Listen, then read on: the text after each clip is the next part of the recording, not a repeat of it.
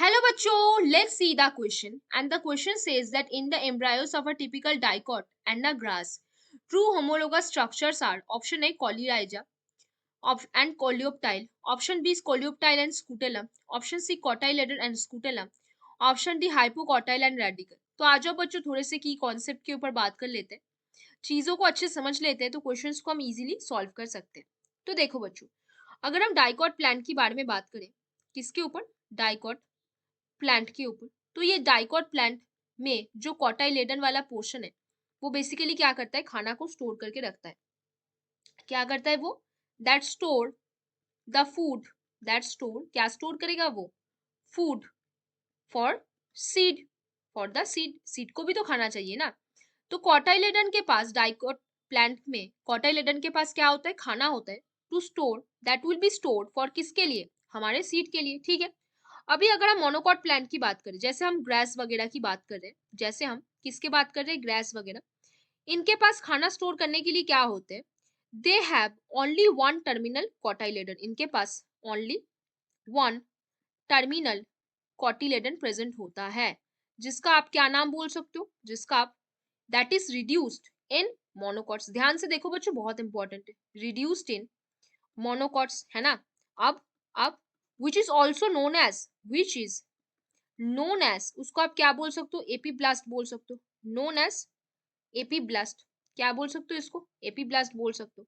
अब देखो, there is only one terminal cotyledon, उस टर्मिनल कॉटिलेडन को आप क्या बोलते हो, which is called, which is called scutellum, उसको आप क्या बोलते हो, स्कूटेलम बोलते हो। क्या बोलते हो बच्चों, स्कूटेलम।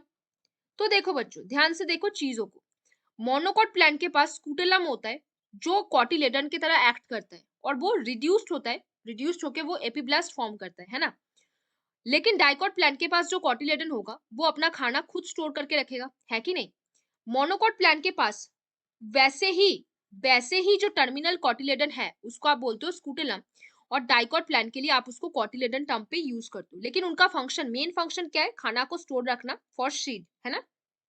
तो they have similar functions, they have similar functions but they are different in structure, they have similar function but they are different in structure, they are different in structure, है ना बच्चों। इसीलिए हम इसको क्या बोलते हैं, इसीलिए हमने इसको क्या बोला, होमोलोगस स्ट्रक्चर बोल दिया। क्या बोल दिया इसको, होमोलोगस स्ट्रक्चर बोल दिया, क्योंकि इन दोनों का ही फंक्शन सेम है। लेकिन बेसिकली स्ट्रक्चर में देखें तो स्ट्रक्चरल ओरिजिन इनका सेम होने के बावजूद भी थोड़ा सा स्ट्रक्चर में इनका डिफरेंसेस आ जाते हैं। होमोलोगस ऑर्गन क्या होते हैं, जिसका स्ट्रक्चरल ओरिजिन सेम होता है ना। तो अब देखो बच्चों, ये कौन कौन हो गए, ये हमारा स्कूटेलम हो गया, और क्या क्या हो गया बच्चों, हमारे पास कॉटिलेडन हो गया।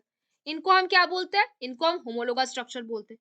तो in the embryos of a typical dicot and grass true homologous structures are, आपका पहला ऑप्शन क्या बोला गया है, कोलाइराजा एंड कोल्यूप्टाइल नहीं होगा, option B coleoptile and scutellum नहीं होगा, option C cotyledon and scutellum होगा, ऑप्शन डी हाइपोकॉटाइल रेडिकल नहीं होगा। तो यहाँ पे कौन सा सही आंसर बना बच्चों, option C and true homologous structure over here.